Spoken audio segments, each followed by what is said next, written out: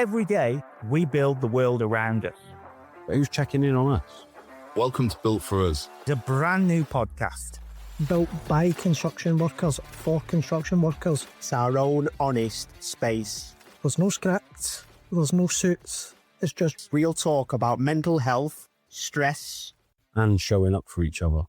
The Built For Us podcast is proudly powered by JT Motive and proudly sponsored by the CHPK Group. All right, guys, welcome back to Built For Us podcast. My name's Steve Kirby, and I've been tasked to get you guys to talk about a conversation you'd have wished you'd have had earlier. That is today's topic, guys. So a conversation you'd have wished you'd have had earlier. It's trying to open up a discussion around like communicating and communication. So I'm going to throw out to you guys first and see what your take is on it, and maybe use some of your own life experience. Yeah, perfect. Who wants to go first? Yeah, I don't mind. I don't mind. One of the first ones. There's quite a few I wish I'd had. I've suffered with my mental health since a very early age, and never really sort of admitted it to myself. So I drank too much when I was younger, to try and get through that, as you do. But I recently went to therapy, and I started talking to my therapist about all sorts of stuff. But one of the main conversation we had was about confidence in myself, believing in myself, and it's being okay with my mental struggles, what I struggle with, the type of person I am. And they brought up stuff. I don't know if any of you guys have had therapy at all, but Yeah. they point you in directions which are uncomfortable. Like I could hear myself saying it, and I was thinking, this is what I've wanted to say all my life, opening up. When I was talking to them, it was all about believing in myself. I've always tried to adapt different friendship groups or where I'm at work, or cower down to people to try and fit into a space which I was never really comfortable with, hence the drinking.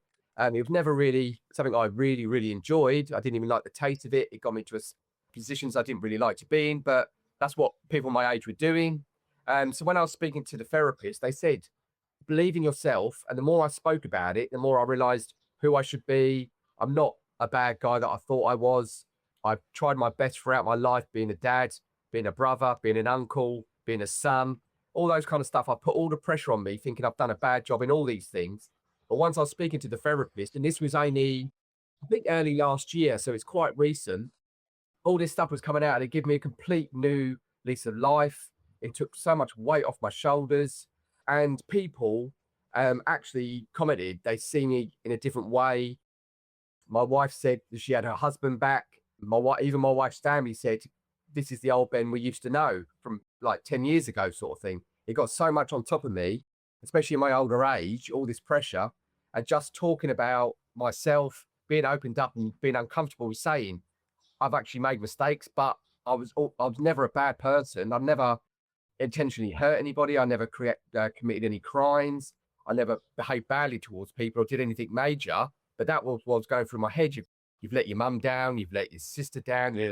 But it wasn't the case. And the most person I let myself down was me. And I wasted a lot of my years thinking that and thinking this. And it's brought a whole new world open to me. I've met new people on the same wavelength as me, new friends, new groups I hang around with. I started a business and all that kind of stuff. So it was just that one. I mean, I think it was about 15 sessions, but it was over 15 sessions. Yeah. These conversations come out, and I wish I'd done that so many years ago and had the guts to talk about my real feelings without feeling chastised or feeling guilty for feeling that way. So I wish I'd done that so many years ago. I absolutely love that. Like me as a life coach, because that is what I do day to day. I'm a life coach, helping people one-to-one, as well as doing the corporate talks and safety and mental well-being. But the one thing that I do with all my clients is believe in yourself. You don't have to please other people. You've got to believe in yourself. Like you said, I went through therapy. I had 4 months of therapy after the accident I was involved in. And therapy, people think, oh, it's just therapy. You're going to go and talk. But it's really, really difficult. Like I had to go back to my childhood and memories that stuff I'd never spoken about. And I was brought up and I share this in my talk. I was brought up on a council estate in Hull, and I was brought up with the man up attitude. If ever I was struggling, I was told, "Oh, Stevie, just man up, deal with it." Yeah. And after my accident, manning up nearly killed me because I, like yourself, I lost all that self-belief. My confidence disappeared. I had anxiety. I started self-medicating. I was drinking every single day. And then I found myself in this big, deep, dark place. And therapy, it helped. It was really, really difficult. Like, again, going back to the childhood and then coming back through it. But I've always said I wouldn't be who I am today if I hadn't come for therapy. So then that difficult conversation initially, same as you, with sat with a therapist, having to be completely open and honest with somebody. It was something I'd never probably done in that sense. You know what I mean? Anyone asked me if I was all right before, I'd be like, yeah, I'm fine, I'm good, I'm all right, I'm dealing with it. But looking back, I was never dealing with it. I just put it in that rucksack and I was carrying it. And eventually that rucksack got too heavy and I had a breakdown. And so, I wish I'd have had that conversation earlier. I wish I'd have gone for therapy months before. I wish I'd have gone years ago to talk about everything that I was carrying from being a kid. Yeah. Everything that I tried talking about through my teens, but then I was told to man up and get on with it. And now for me, you'll see in my posts, anyone who sees my posts and that online, I want everybody to man up, but not in that sense. I want you to be open about your emotions. I want you to admit how you're feeling. Yeah. Because it's all right not to be all right. What's not all right is to smile and say, yeah, I'm fine, when you're not. No one can help you then. We've all got a story. We all go through chapters, but so many people's stories are ending too soon. And if they'd have reached out and had that difficult conversation, they'd have got help like myself, like you, to write that next chapter. And I'd have never believed a few years ago that I'd be doing what I'm doing today, even being on this podcast. You know what I mean? I wouldn't have thought this possible. But by having that awkward conversation, it changes your life. Yeah, massively. I mean, I grew up with my mum and my sister, so I was in a house with two women.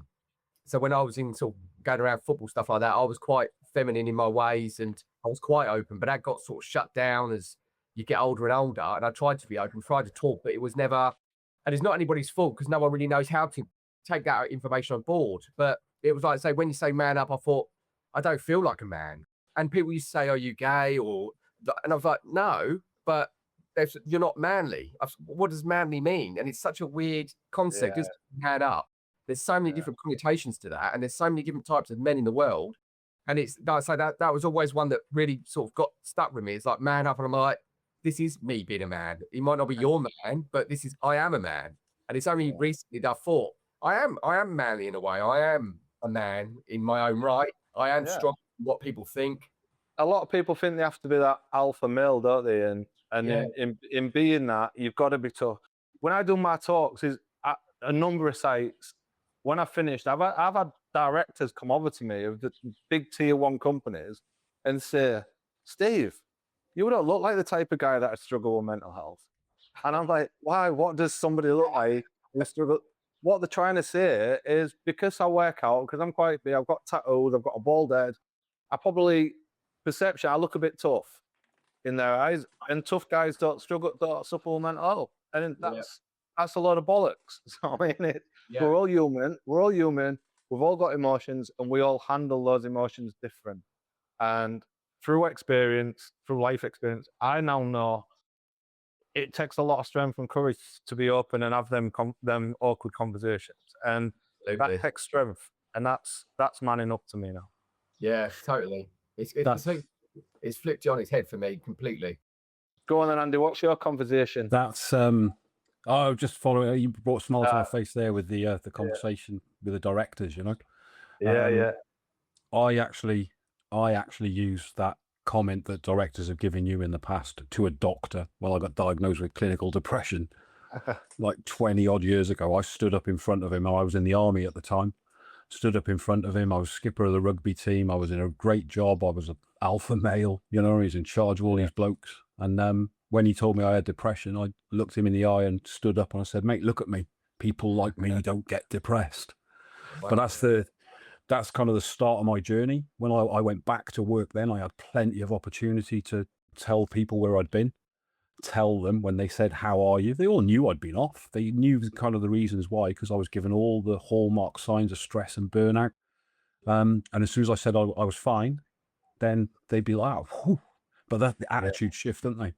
So conversation I wish I'd had, right, was when I left the army in 2012.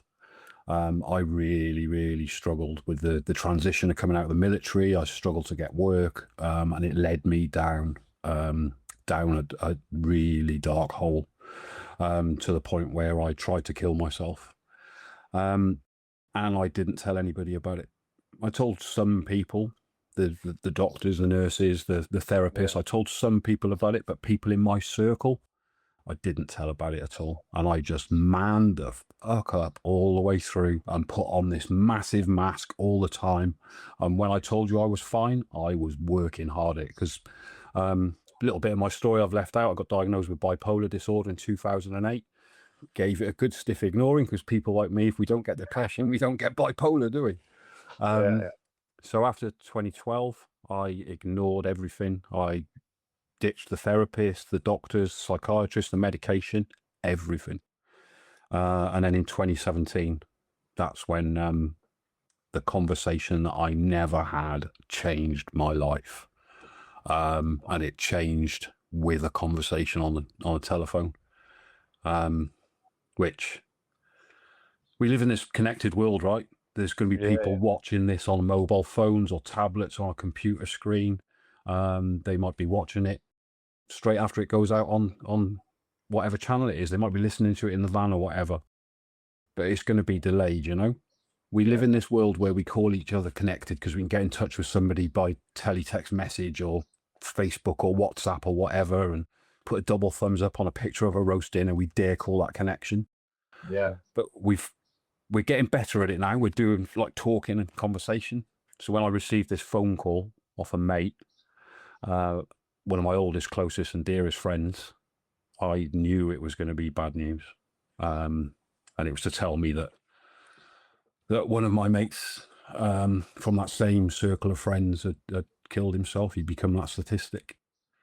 And the thing is, right, he walked that exact same path that I did. He was coming out of the army. He wasn't ready to leave. It was the structure and all that kind of stuff. I don't know why he did it, because we never had the conversation. And it's kind of that guilt that drives me to do what I do these days. It's that, maybe I'm searching for atonement. I don't know. That's why I set up the MANGANG. It's like, if he did want to speak, is there anywhere for him to go and speak without that lack of judgment?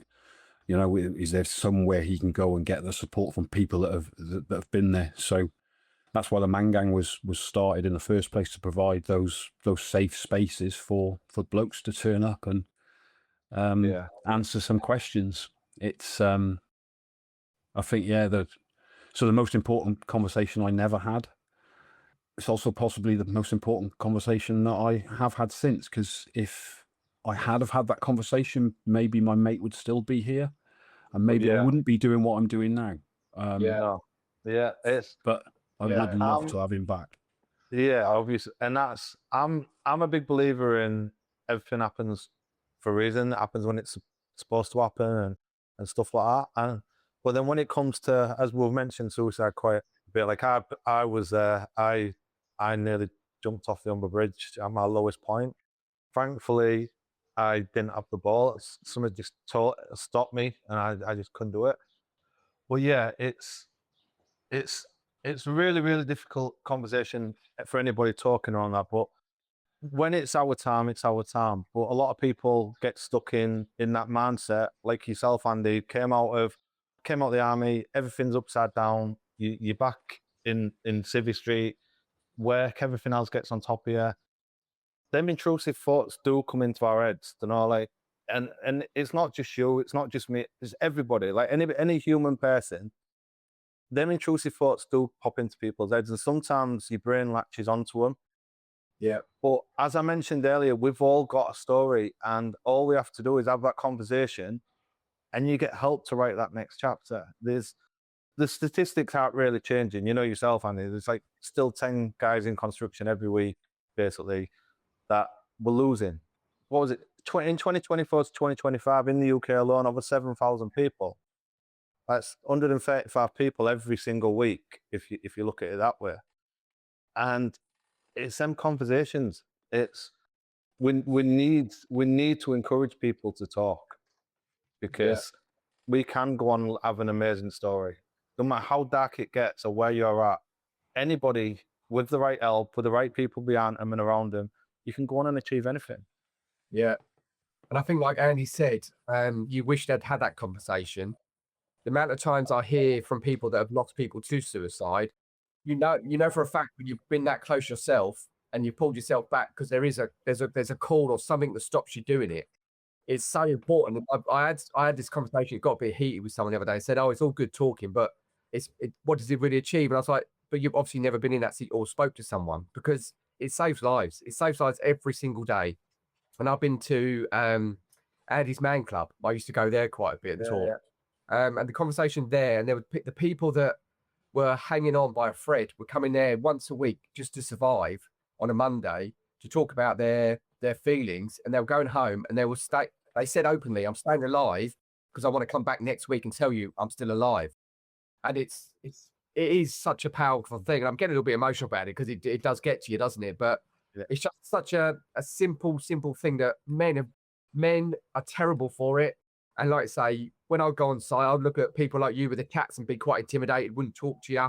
But everyone's got a story. And I've found lately that some of my closest friends now, I've never spoke to about anything. And because I'm quite open now, they will speak to me and you think, of course, everyone must have, it's not just me. So it's just, it doesn't matter who you are, what walk of life you're from, whatever religion, just talk to someone, please. Just reach out. There's so much more stuff going on, like you say, MANGANG, stuff like that, Andy's Man Club. There's always someone that will listen to you, and there's always someone that will give you time. It doesn't have to be a family or friend. It can be a stranger. It can be a therapist. It can be online now. There's so many things out there. So please, I mean, I'll say to everybody, just reach out. Yeah, and it's seeing it in other people as well. Like if in your work environment or family, it's sometimes if someone, like when people could see, but I thought I was all right when I was at my worst. But when people did try and talk to me and say, "Steve, are you all right?" I would be like, yeah, I'm fine. I'm all right. I'm good. Yeah. I'd put that, like you said, put that mask on. And some people are really, really good at putting that mask on. But you will see, if you work with someone day in and day out, you will see subtle changes in the way that they're being. And it's about approaching them in the right way and just, "Are you all right? Do you want to have a chat?" And then if they're like, no, I'm fine. I'm all right. It's always asking it again. You know I'm here though. You know what I mean? If you do want to talk, you know where I am. And it is about looking out for one another as well as just that conversation with yourself. Like you said, Andy, the conversation you never had. You know what I mean? It's we need to communicate more. We need to look out for one another. I remember I share it on my talk, but SK Life Coach UK came about initially because I'd done a lot for my own self-development, for my own self-belief, as you mentioned at the beginning, Ben. Like self-belief to me is massive. It's so important. Yeah. If you've got belief and confidence in yourself, you're not going to be, it's very rarely you're going to be depressed. You're not going to fall into that hole because your energy is a lot higher. You're looking out for yourself. You believe in yourself. Now, I'd gone through a lot and I'd finished my therapy and I'd studied the mind. I'd done diplomas in dealing with mental health and addiction. And I remember being in Morrison's, and it'd be about 9 years ago now. I was in Morrison's by myself and I'm walking along and there's a guy stood there with his trolley. And as I walked past him, I kind of looked at him and I could just see that he was blank. Like there was nothing behind his eyes. He was just stood staring. I said, "Excuse me, mate, are you all right?" And he looked and he said, "Yeah." And then I was going to, and I turned back again. I was like, "Well, mate, are you sure you're all right? Do you want to have a chat?" And he was like, "No, I'm fine." But like got a bit agitated, a bit angry. Yeah. It was probably about 55, 60. And then I turned around one more time. And when I turned around, his eyes had filled up and you could tell he was upset. And I went over to him and I said, "Mate, leave your trolley there. Let's go out and have a chat." And he walked, he didn't have much choice. I kind of put my arm on his shoulder and I walked him out. We spoke for about an hour. He'd lost his wife to cancer like months before. He was in a in a dark place, and we spoke, and I give him a load of encouragement and tips on dealing with his loss and stuff like that. And he rang me up a week later, and he said, I don't know why you stopped me that day. He said, because obviously I didn't know you or anything. He said, but I want to thank you because I was going to join my wife. That's in his mind. He was going to join his wife that night. That's what he was thinking at that moment. I stopped him. Yeah. And he said, I'm now going to go on and I'm going to live my best life for my wife. You know, his energy completely changed, all because of that one conversation. Now, I didn't know him. I'm not the most approachable guy. If I stop you in a shop and go, are you all right, mate? You're going to be like, what the fuck does he want? I mean, Yeah. Well, people do care. And again, it's having the conversation, having the confidence to have that conversation. But it's if you're going to ask someone if they're all right as well, it's having the confidence to follow through with what they might say. Yeah. I had a similar situation. I was in Stratford Station, and there was a woman standing there, and she was having a bit of a row on the phone, and she was getting really upset, and no one was really helping her.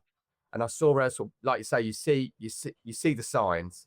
So she was getting all agitated and rowing and screaming on this phone in the middle, and she looked like quite a posh lady. And I'm thinking that's not probably her normal behaviour. So she got off the phone. I went up to her and said, "Look, are you okay?" She just instantly started crying. So I got her some tissues.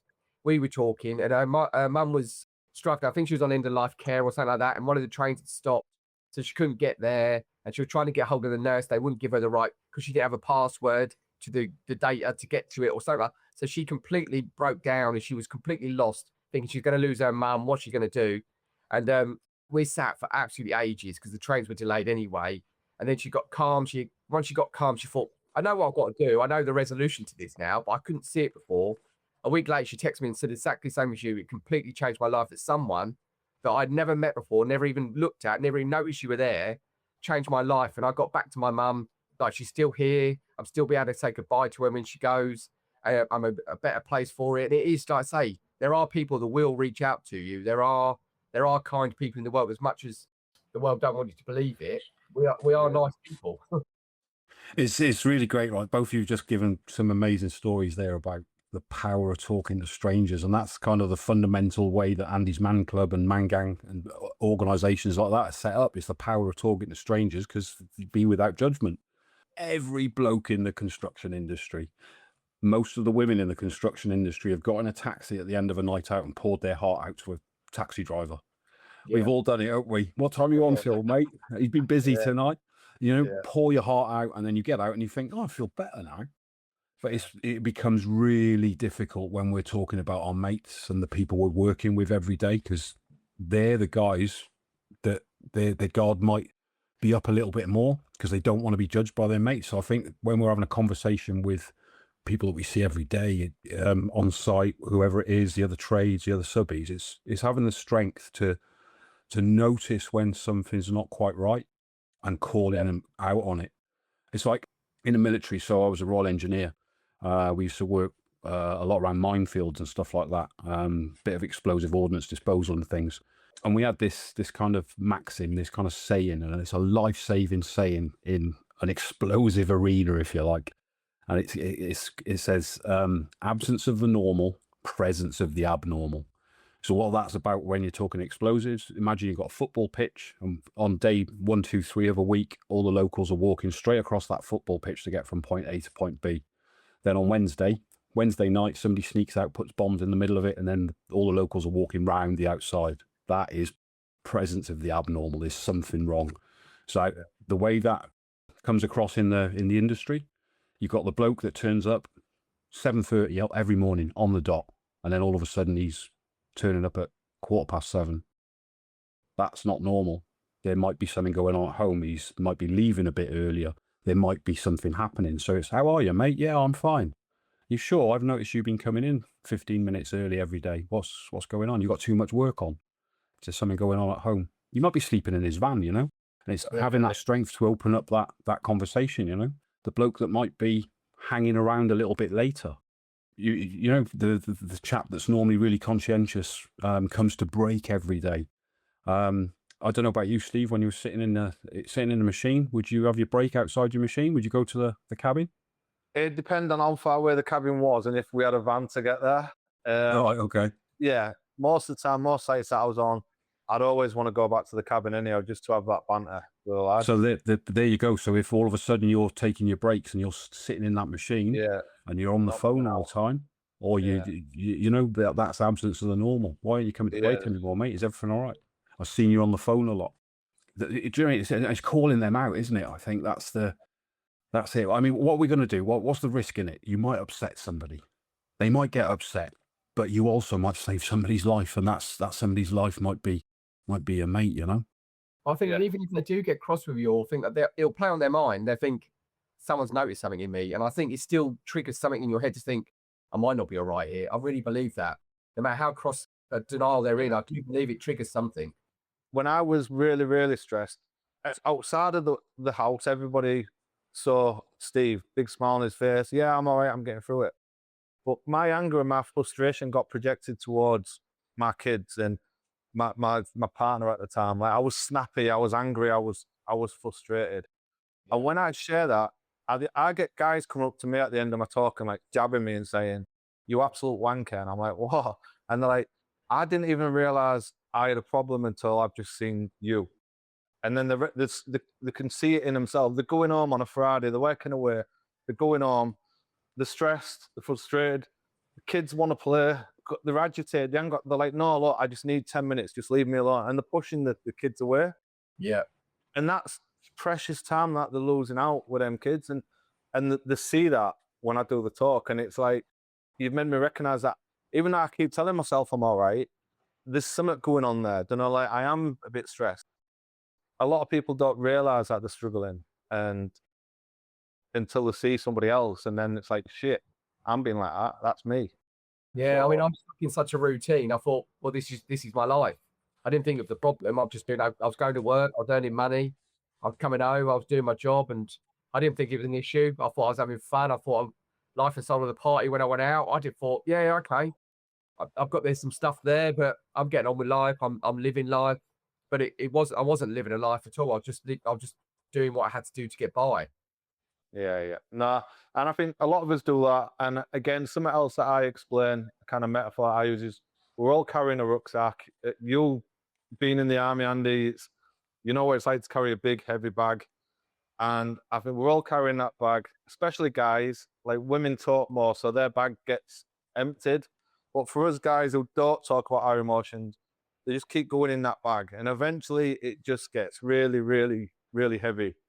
And it can be one small thing, you know, like we're carrying too much, and basically we're carrying too many emotions, too much stuff that we've never dealt with. It's just gone straight into that bag. It's in yesterday. We haven't spoke about it. And I don't care how strong you are, how tough you are, how mentally tough you are, that will break if we don't talk, if we don't have them conversations. And as we have them conversations, that bag empties. Your shoulders feel so much lighter. You just feel, after talking about some of your problems, after some of your concerns, you feel better about it. And that's, for me, that's what we're doing it now. We're encouraging them awkward conversations. And anybody listening to this, go and have a conversation with somebody else. And then hopefully they'll go and have a conversation. And who knows how many people will go away and have that conversation that they wish they'd have had. I think for me, just to sort of finish off would be for it's like I say, we're encouraging people to talk, but I'd encourage everybody to be open to be talked to as well. I've always been told that people seem to feel comfortable with talking to me, and they've always, and I don't know what it is about my persona, but I feel quite open to that. I want to hear what people have got to say. I think if more people were like that, then more people might speak. So be open to the conversation, although you might need to speak, but be open to other people as well. Yeah, I think on that note, anybody listening to this episode or watching it and you can relate and you do feel you want to have that conversation, then just drop a DM to any of the Built For Us socials and reach out to us. And one of us will help in any way that we can. We'll either signpost you, or like myself, I can offer support myself as well. So don't be afraid to have that conversation. Drop a DM, get in touch with Built For Us podcast. Let us help. Let us write your next chapter. Yeah. Right, guys. I think that was a really, really good conversation. I think we can finish up there. I appreciate your stories, guys. Thank you. No, it's been Keep on a pleasure, keeping Gene, on, Andy. both. Thank you, guys. The Built For Us podcast is proudly powered by JT Motive and proudly sponsored by the CHPK Group. Thanks for viewing this episode. We really appreciate your support. Remember, follow us, subscribe, share with a mate, join us live. Built For Us. Let's build something stronger together.